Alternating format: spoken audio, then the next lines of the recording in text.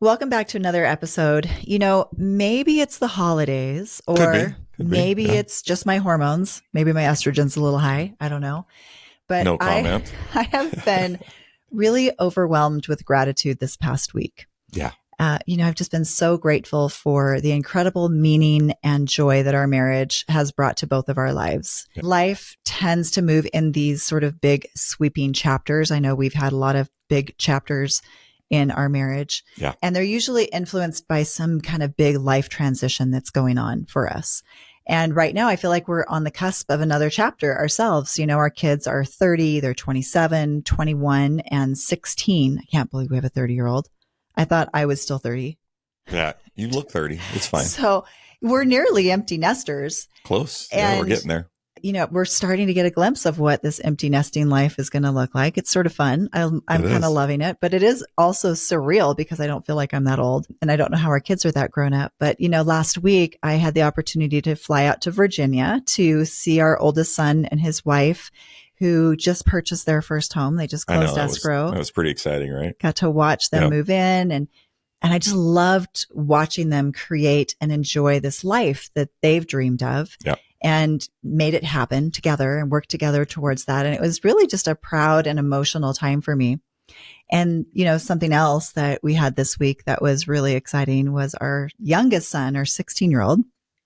He's been trying to figure out who he is, discovering who he is. I think as all teenagers do, right? Yeah. Got his first girlfriend. Yep. Yeah, that's fun. Went to a couple dances with her. And to both of our surprises, he discovered this hidden talent of this beautiful voice, the singing voice.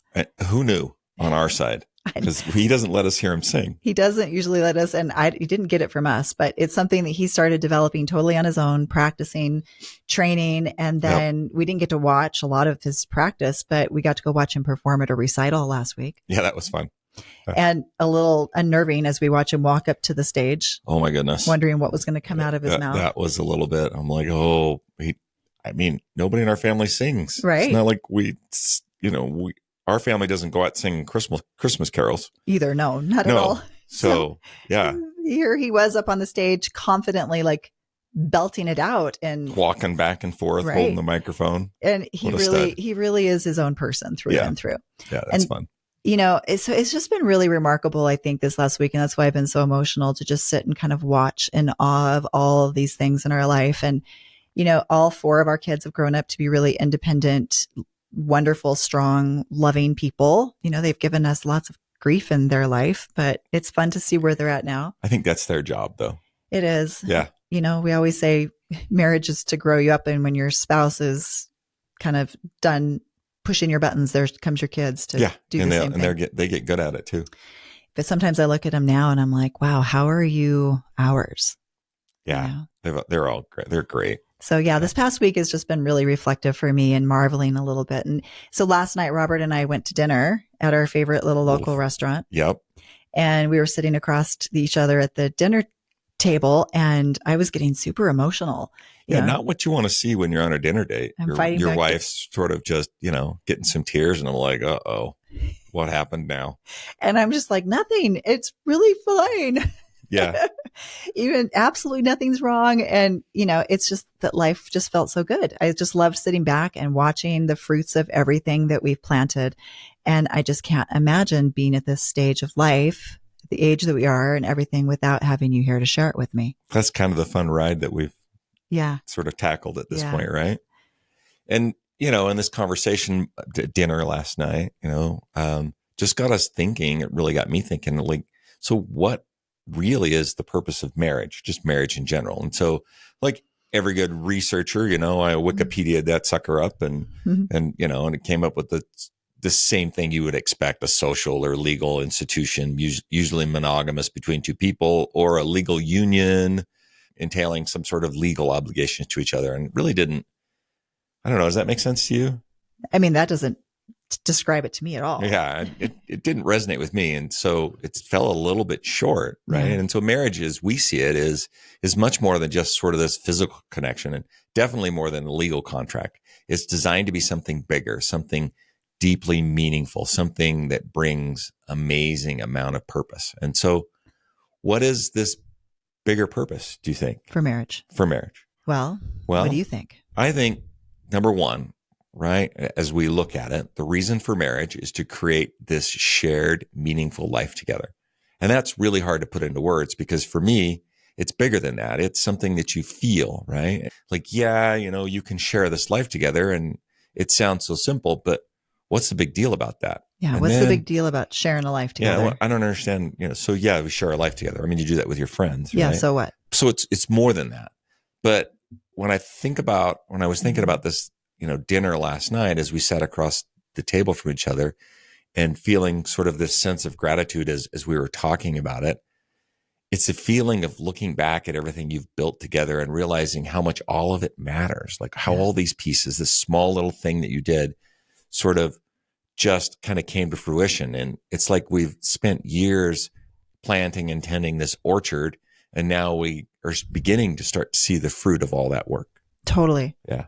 And a shared life, which is something we do talk quite a lot about when we talk about aligning our values, but a shared life gives everything more meaning, everything that you do. As I talked at the beginning of the story about my kids, right? Watching our kids grow up, obviously that's been one of the most powerful examples of that for me, but it's not just about children. I know a lot of you don't have children, and you certainly don't need to have children to experience meaning in your relationship, right? Yeah. It's just we had 4. So that's a big part of our life. Yeah. And so it's more about walking through life with someone who's been there with you through it all. And the good, the bad, the ugly. I mean, we have faced some incredibly hard things together. Yeah, absolutely. We've been there when your mom passed away a couple years ago. We've been there through my dad's diagnosis with Parkinson's. Yeah. I've lost 2 of my brothers, both at a really young age, which was really hard. Yeah. We've had to support one of our kids through serious depression. Yep. And because we went through those moments together, it just deepened our connections in ways that we can't imagine happening otherwise. I mean, this was actually something that I got to talk with our oldest, our 30-year-old Mason, about when I was back out there with him in Virginia, and we sat in the hot tub, and they just went through this big change of life and buying a house. And he said the same thing to me. He's like, it just seems like every hard thing that we've had to go through in our marriage, if we can just talk and have each other, it just brings us closer together. Yeah. I think it's really just that concept of, the two of you pulling together. Mm-hmm. We've talked about that. We've talked about privately. I don't know that we've necessarily shared that on the podcast, but Charlotte and I have always had this belief that as long as we're aligned and we pull together, there's really nothing that we can't overcome. And it'll bring you closer in the process. Yeah. And it will, because you're walking hand in hand through the battlefield. Right. Yeah. So the challenges, the victories, right? Yep. All of those. And not just that, but the everyday moments, right? The everyday moments are equally important, because 80% of your life is spent making dinner, driving to work. It's how you greet each other in the morning when you leave for work, and how you greet each other at the end of the day, your rituals around night. Like, yes, it's the big hard things. Yes, it's the great big victories, but it's also those everyday moments, right? And they've all of these things have shaped our life. They've shaped our friendship, and they've created this deep connection and meaning, because we have this shared life that we wouldn't have if we were living separate lives. Yeah, I love that. I love that 80%. I was thinking about just like a number, and it just came to me, and it's not accurate, but I think that when we live in those small moments, I think 80% of your relationship is made up of 3 to 5 minute increments of these rituals. Like, yeah. It's not the weekends away. I mean, those are important. It's not the date nights. Those are important. But it's the rest of the time when how are you spending that 3 minutes of connection? Because I think some people say, like, we're just so busy, but like, can you parcel out those moments and really really dig have in meaningful deep? Conversations over the dinner table, and go for those little quick drives to get a coffee on a Saturday morning. Like, those are the moments. Yeah. And that's what it's about, right? It's about building a life together that feels meaningful. So a shared life. That was a long story to your first point, which was the first reason for marriage is to create shared meaning. Yeah. Shared meaning. Yeah, absolutely. All right.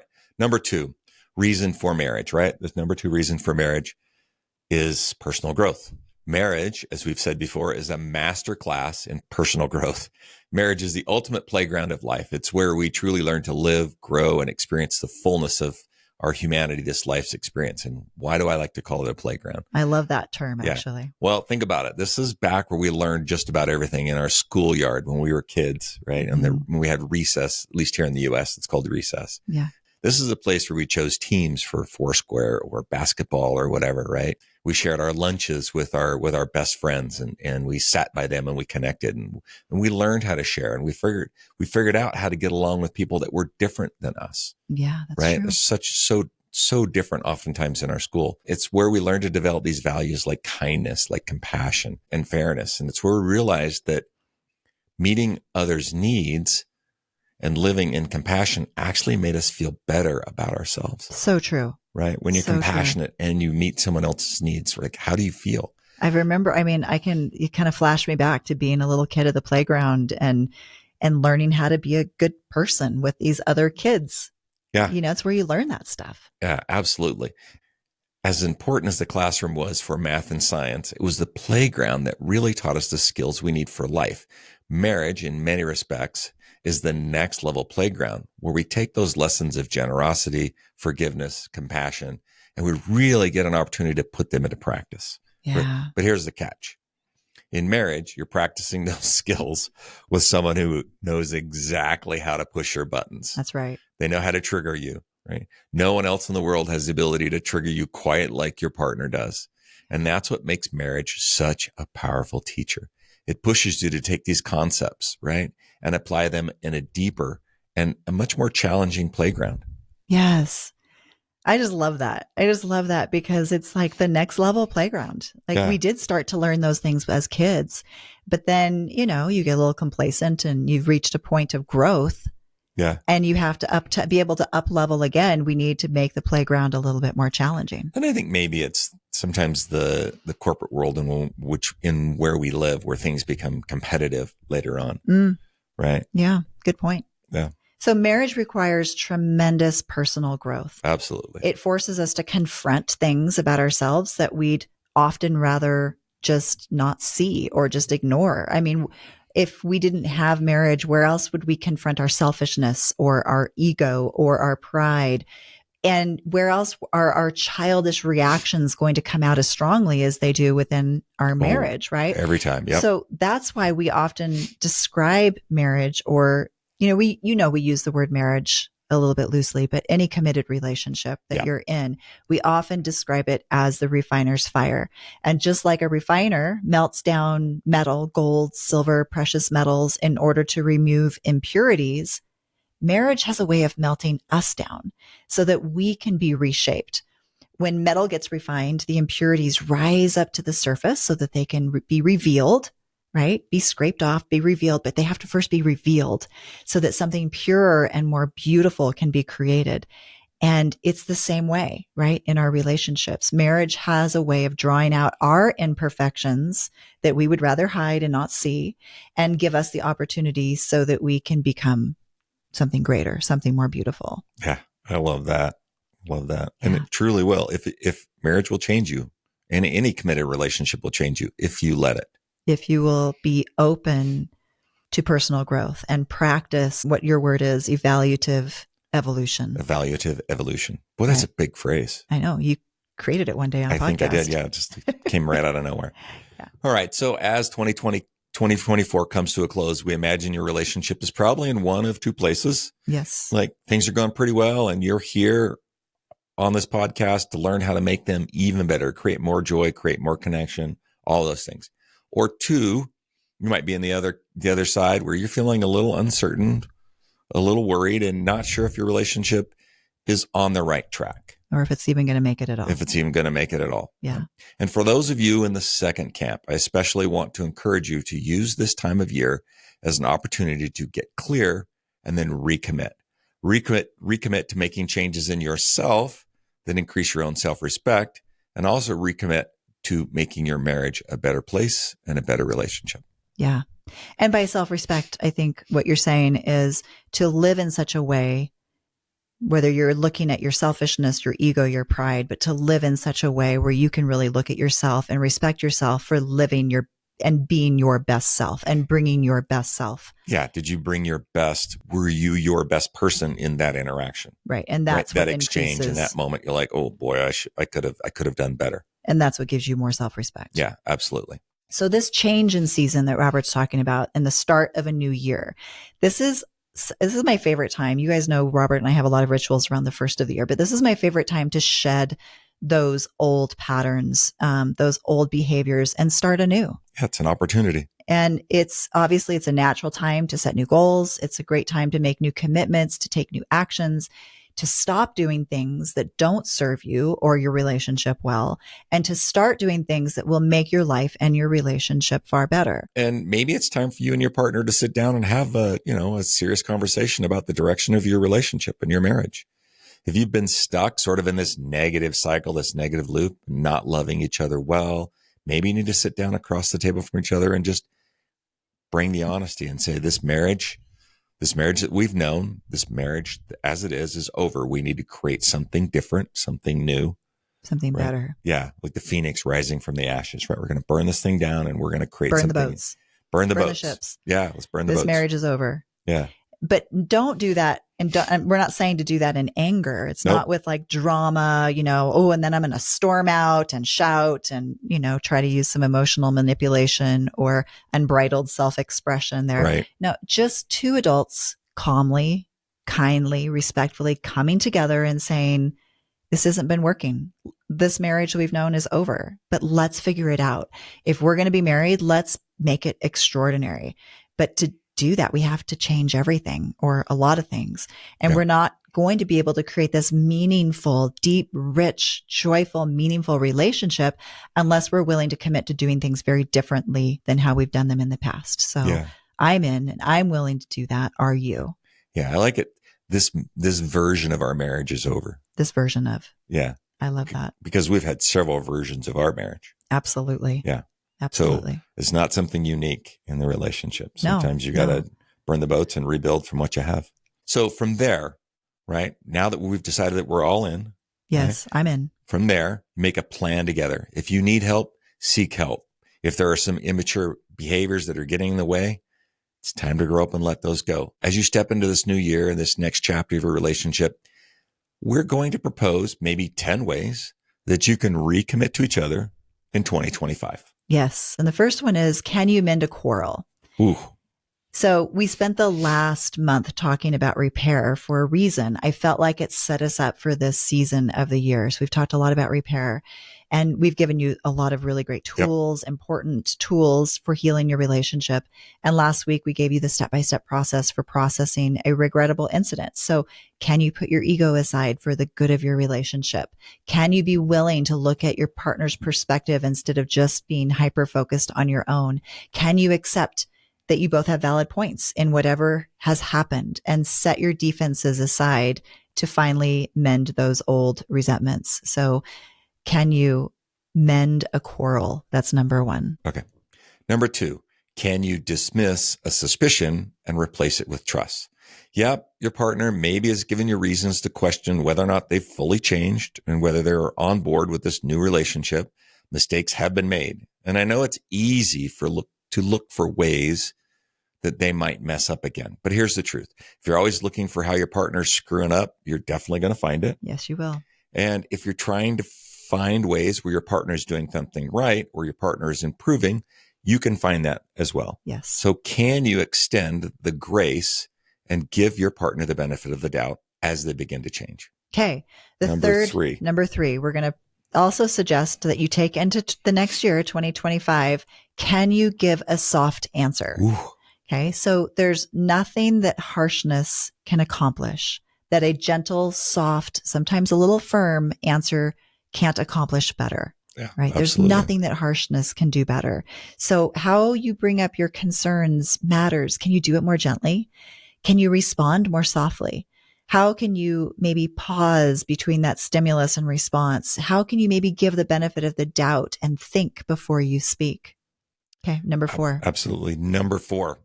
Can you show your loyalty in your word and your deed? Now, this is something we've thought a lot about lately, right? Loyalty is not just about this thing you would assume, which is straying outside of your marriage. It's also about how you treat and how you speak to each other.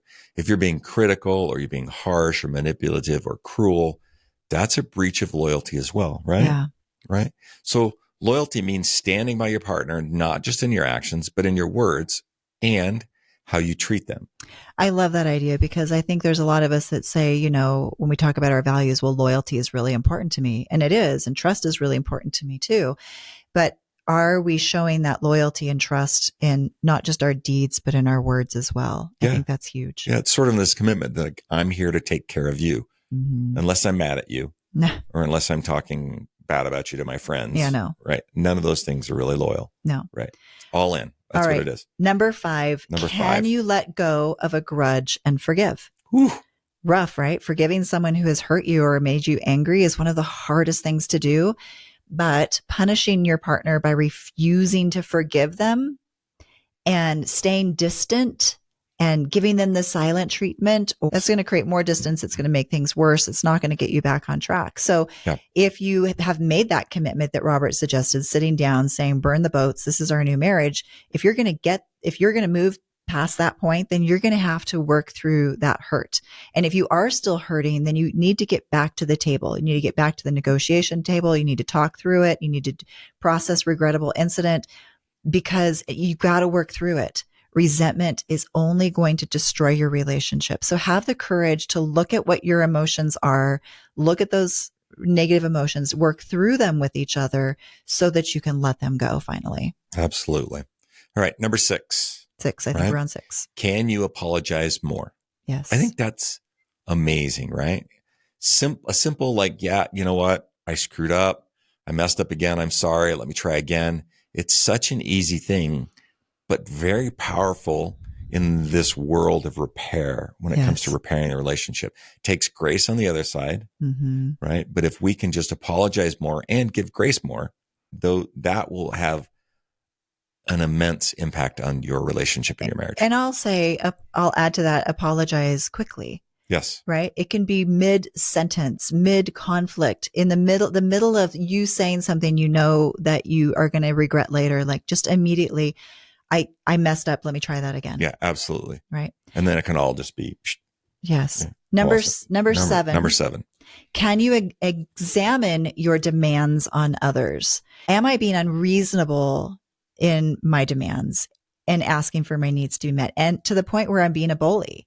When you ask for your needs to be met, it's important to remember that you have to let go of the outcome, right? We can't force or make someone meet our needs. We want our partner to feel safe and in a space where they can say no to our requests. So they might have to. Resentment, I think it's important to note that resentment usually comes from one of two things.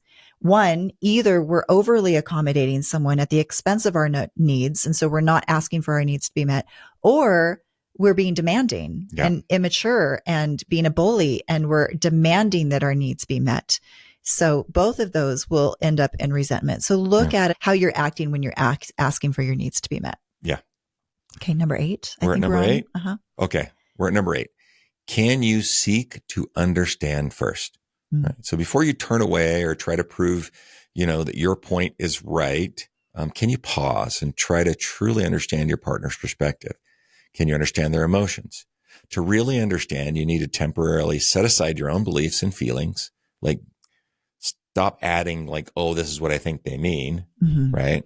But set those aside and just start with, help me understand. Like help me understand is probably an underrated phrase. I love that phrase. I think because we're oftentimes assuming what the person is saying and meaning and thinking and feeling. And if we just took a minute, we could prevent so many misunderstandings by just help me understand. And on top of help me understand, I always like, tell me more.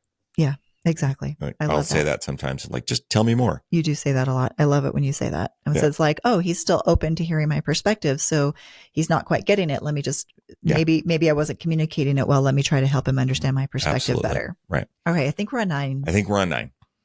So can you meet each other's needs more? So this is the other side of that thing I was just talking about. Side of that. Right. So marriage is meant to be a safe space where you can both feel vulnerable and allow your partner to help you, right, to meet your needs and vice versa. So take time to ask yourself, one, am I being demanding, which we talked about earlier, but also how can I meet Robert's needs? How can you meet your partner's needs? And how can I allow him to come back and also to meet mine? Because I think really genuinely, this is who we're meant to be as people, as humans. We are, by design, we want to be compassionate. We want to help one another to get our needs met. And the only time we really don't want to do that is when someone is trying to be manipulative and coerce us into doing something we don't want to do. But who we are at our core is we want to help each other to have a more meaningful, happy life. Yeah. I mean, I think that, and I want to go back to the playground for just a second before we get on to the next one. And I think about that. So remember, maybe it was sack lunch day, or you had your Superman lunchbox that I did when I was a kid, and you're sitting down, and you go out for lunch, recess or whatever, and you're playing basketball, and you all sit down and it's time to eat lunch, and your friend forgot his lunch. Right. And he doesn't have lunch, but he's your best friend. Yeah. Right. Yeah. Are you going to eat your full peanut butter and jelly sandwich in front of him? Or are you going to maybe just, at the very least, hand him those carrots that your mom packed in there that you don't want? Or tear your sandwich in half. Like That's something that we learned again on the playground. And it's something that we would do because we care for this other person. It's who we are. Right. Yeah. And we would do that. Yeah. On the playground. We definitely need to do that in our relationship. And our relationship is just the next level playground. Yeah, absolutely. So all right. Lastly, number 10. Very last one for this year. Can you, in 2025, express more gratitude? Can you speak your love? Can you speak your appreciation? And then speak it again. Gratitude is the balm that heals negativity and helps you focus on all of the good things in your life and in your relationship. Share more gratitude. If you picked one of these 10 for the next year, appreciation and gratitude, same thing. Pick this one. Yeah. Pick this one. You would be amazed at what this would do for your relationship in 2025.